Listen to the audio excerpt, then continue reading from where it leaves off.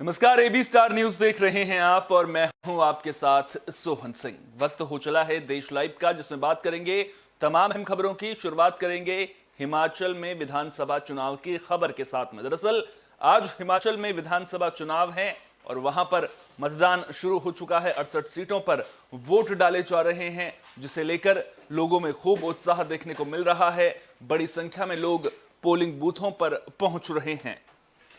तो हिमाचल में किसकी सरकार बनेगी, यह फैसला अब जनता को करना है। जनता बड़ी संख्या में वोट डालने के लिए पहुंच भी रही है।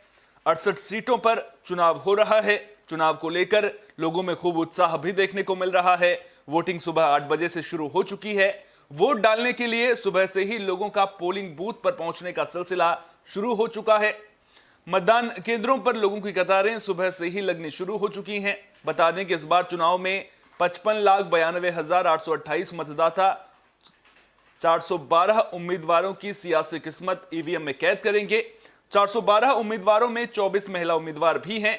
हिमाचल के चुनाव की मतगणना 8 दिसंबर को की जाएगी। हिमाचल में सियासी दिग्गज भी मतदान कर रहे हैं। जयराम ठाकुर, पूर्व मुख्यमंत्री प्रेम कुमार धूमल, उनके बेटे और केंद्रीय मंत्री अनुराग ठाकुर ने परिवार के साथ हमीरपुर के समीरपुर पोलिंग बूथ पर वोट भी डाला है। तस्वीरें भी हम आपको लगातार दिखा रहे हैं पोलिंग बूथों पर किस तरह से लोग पहुंच रहे हैं, बड़ी संख्या में मतदान के लिए पहुंच रहे हैं।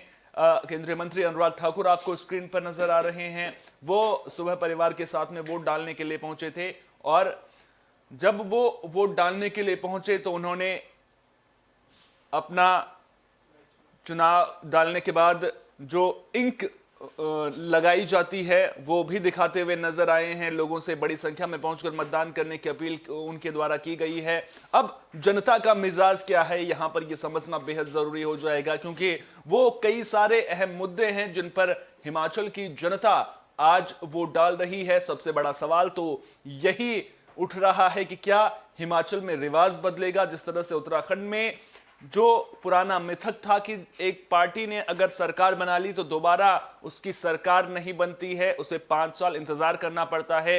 हिमाचल में भी वही ट्रेंड लगातार करीब 37 सालों से जारी है और अब इस ट्रेंड को बीजेपी तोड़ना चाहती है। जो उत्तराखंड में करिश्मा कर दिखाया था, क्या हिमाचल में भी बीजेपी कर पाएगी, यह देखना दिलचस्प होगा। और जनता किसके साथ में है, ये जब चुनावी नतीजे 8 दिसंबर को सामने आएंगे उसके साथ ही स्पष्ट हो जाएगा।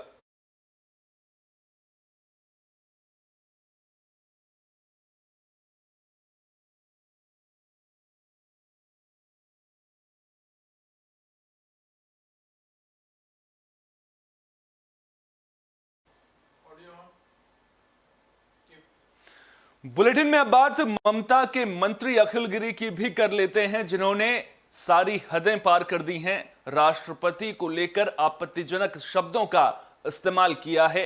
एक जनसभा को वो संबोधित कर रहे थे, इस दौरान उन्होंने राष्ट्रपति के लिए अमर्यादित शब्दों का इस्तेमाल किया है। तो पश्चिम बंगाल सरकार में मंत्री अखिल गिरी विवादों में गिर गए हैं। उन्होंने राष्ट्रपति द्रौपदी मुर्मू के लिए अपमानजनक शब्दों का इस्तेमाल किया है, जिसके बाद बीजेपी ने अखिल गिरी के खिलाफ मोर्चा खोल दिया है। दरअसल अखिल गिरी पश्चिम बंगाल के नंदीग्राम में एक सभा को संबोधित कर रहे थे, लेकिन इस दौरान उन्होंने राष्ट्रपति द्रौपदी मुर्मू को ही निशाने पर ले लिया। पश्चिम बंगाल सरकार में मंत्री अखिल गिरी ने कहा कि टीएमसी के लोग किसी को उनकी शक्ल सूरत से नहीं आंकते हैं। हम राष्ट्रपति की कुर्सी का सम्मान करते हैं, लेकिन हमारे राष्ट्रपति कैसे दिखती हैं। ममता बनर्जी के मंत्री अखिल गिरी के इस बयान के बाद सियासी पारा चरम पर है। मामले को लेकर बीजेपी नेता अमित मालवीय ने ट्वीट किया, जिसमें उन्होंने लिखा, ममता बनर्जी की कैबिनेट में मंत्री अखिल गिरी ने राष्ट्रपति का अपमान किया है। उन्होंने कहा, हम शक्ल की परवाह नहीं करते, लेकिन अपने राष्ट्रपति कैसे दिखती हैं। ममता बनर्जी हमेशा से आदिवासी विरोधी रही हैं। राष्ट्रपति चुनाव में भी उन्होंने मुर्मू का समर्थन नहीं किया। ये अभिव्यक्ति का शर्मनाक स्तर है।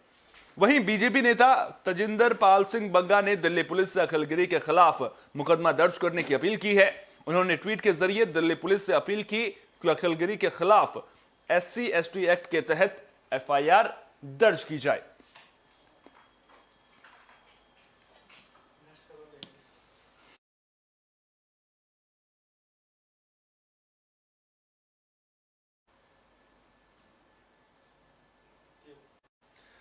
दिल्ली एनसीआर में हवा की गुणवत्ता सुधरने का नाम नहीं ले रही है। लगातार धुंध छाई हुई है, जिसकी वजह से लोगों को भी परेशानियों का सामना करना पड़ रहा है। दरअसल वायु प्रदूषण के कारण लोगों की सांसों पर संकट बना हुआ है। आसमान में धुंध की परत छाई हुई है। दिल्ली का AQI सुबह 337 दर्ज किया गया, जो बहुत खराब श्रेणी में आता है। वहीं नोएडा का AQI 353 दर्ज किया गया है। बता दें कि शुक्रवार शाम को वायु गुणवत्ता प्रबंधन आयोग की सब कमेटी की बैठक भी हुई थी, जिसमें दिल्ली एनसीआर में प्रदूषण की मौजूदा स्थिति की समीक्षा भी की गई। प्रदूषण बढ़ने और हवा की गुणवत्ता बेहद खराब श्रेणी में होने के चलते फिलहाल ग्रेड 3 से किसी तरह की राहत नहीं दी गई है। अब आयोग कुछ दिन बाद दोबारा समीक्षा करेगा। अगर वायु प्रदूषण का स्तर कम होता है तभी ग्रेड 3 के प्रतिबंधों से थोड़ी राहत मिल सकेगी। आयोग का कहना है कि पिछले 2 दिनों से इंडेक्स बढ़ रहा है, लिहाजा फिलहाल प्रतिबंध नहीं हटाए जा सकते हैं। दरअसल पंजाब में पराली जलाने की घटनाएं बढ़ी हैं, जिसकी चलते दिल्ली एनसीआर में प्रदूषण के स्तर में इजाफा हुआ है। इससे पहले शुक्रवार को भी AQI 300 का आंकड़ा पार कर बेहद खराब श्रेणी में पहुंच गया था। सफर इंडिया की माने तो पराली के धुएं की हिस्सेदारी 8 से बढ़कर 19% हुई है, जिसकी वजह से प्रदूषण का स्तर बढ़ा है।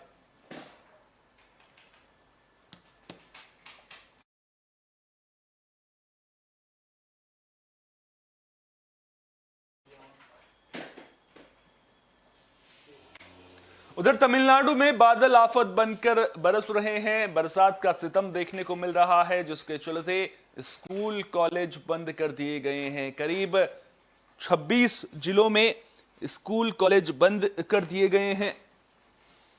तो पिछले कई दिनों से जमकर बरसात तमिलनाडु में हो रही है, जिसकी वजह से 26 जिलों ने स्कूल और कॉलेज के छात्रों की छुट्टी घोषित कर दी है। IMD ने पूरे राज्य में बारिश को अलर्ट जारी किया है, जिसके बाद छात्रों की छुट्टी घोषित करने का फैसला लिया गया है। रिपोर्ट के मुताबिक कांचीपुरम और मदुरै जिले में स्कूल कॉलेज 2 दिन बंद रहेंगे। हालांकि शिवगंगा और डिंडीगुल जिलों में केवल स्कूल बंद रहेंगे। वहीं पुडुचेरी के CM N रंगासामी ने भी भारी बारिश के चलते सभी स्कूलों और कॉलेजों में छुट्टी की घोषणा की है। पुडुचेरी में भारी बारिश के चलते जलभराव की तस्वीरें भी लगातार सामने आ रही हैं। मौसम विभाग ने श्रीलंका के तट से दूर बंगाल की दक्षिण पश्चिम खाड़ी के ऊपर चक्रवाती परिसंचरण के साथ एक कम दबाव के क्षेत्र की जानकारी दी है, जिसकी वजह से अगले 24 घंटे में बारिश तेज होने की संभावना जताई गई है।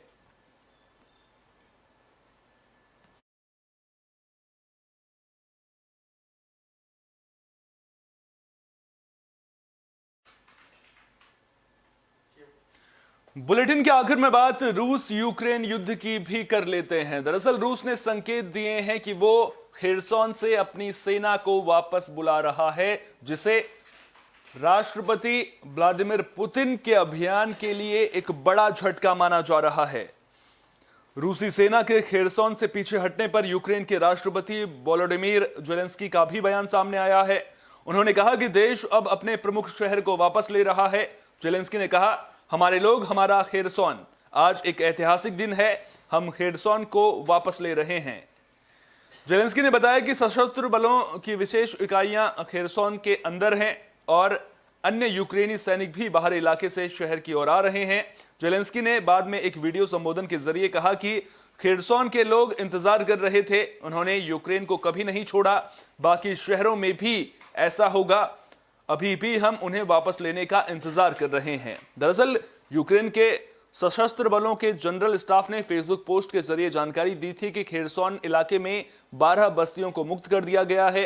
यूक्रेनी सेनाओं के मुक्त किए गए इलाकों में दुट्रानी, पायतीखटकी, बोरोजेंस्के, सदोक, बेडवोडने, इस्चेंका, कोस्त्रोमका, ऐसे ही कई शहर शामिल हैं। जनरल स्टाफ का दावा है कि उन्होंने एक रूसी KA-52 हेलीकॉप्टर को भी मार गिराया है। शुक्रवार को ज़ेलेंस्की ने सैन्य सहायता की घोषणा के लिए अमेरिकी राष्ट्रपति जो बाइडेन का आभार जताया था। अपने ट्विटर हैंडल पर ज़ेलेंस्की ने अमेरिकी राष्ट्रपति जो बाइडेन और अमेरिका के लोगों को एक बार फिर यूक्रेन के लिए एकजुटता दिखाने के लिए धन्यवाद भी दिया। उन्होंने कहा कि सहायता पैकेज में एवेंजर एयर डिफेंस सिस्टम और हॉक एयर डिफेंस सिस्टम के लिए मिसाइल शामिल हैं। आपको बता दें कि 10 नवंबर को अमेरिकी विदेश मंत्री एंटनी ब्लिंकन ने यूक्रेन के लिए सैन्य सहायता को अधिकृत करने की घोषणा की थी। उन्होंने कहा था कि अमेरिका यूक्रेन को 400 मिलियन अमेरिकी डॉलर की नवीनतम सैन्य सहायता देगा। ब्लिंकन ने कहा कि ड्रॉडाउन प्रशासन की शुरुआत के बाद से यूक्रेन के लिए कुल अमेरिकी सैन्य सहायता को लगभग 19.3 बिलियन अमेरिकी डॉलर तक ले जाया गया, ले जाएगा, यानी कि अभी जो सैन्य सहायता दी जा रही है उसे 19.3 बिलियन अमेरिकी डॉलर तक ले जाया जाएगा। उन्होंने जोर देकर कहा कि अमेरिका 40 से अधिक सहयोगियों और भागीदारों के साथ यूक्रेन का समर्थन करना जारी रखेगा।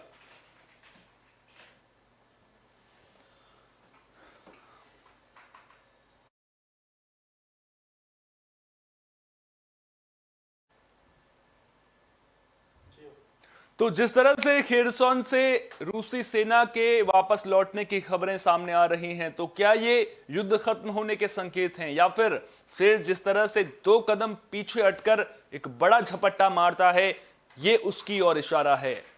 व्लादिमीर पुतिन के मन में क्या चल रहा है? क्या युद्ध यहां से और भीषण होने वाला है, या फिर युद्ध समाप्ति की ओर है? इसकी हर एक अपडेट आप तक पहुंचाते रहेंगे। देश दुनिया की तमाम अहम खबरों के लिए बने रहिए AB स्टार न्यूज के साथ, क्योंकि यहां पर खबरों का सिलसिला कभी नहीं थमता।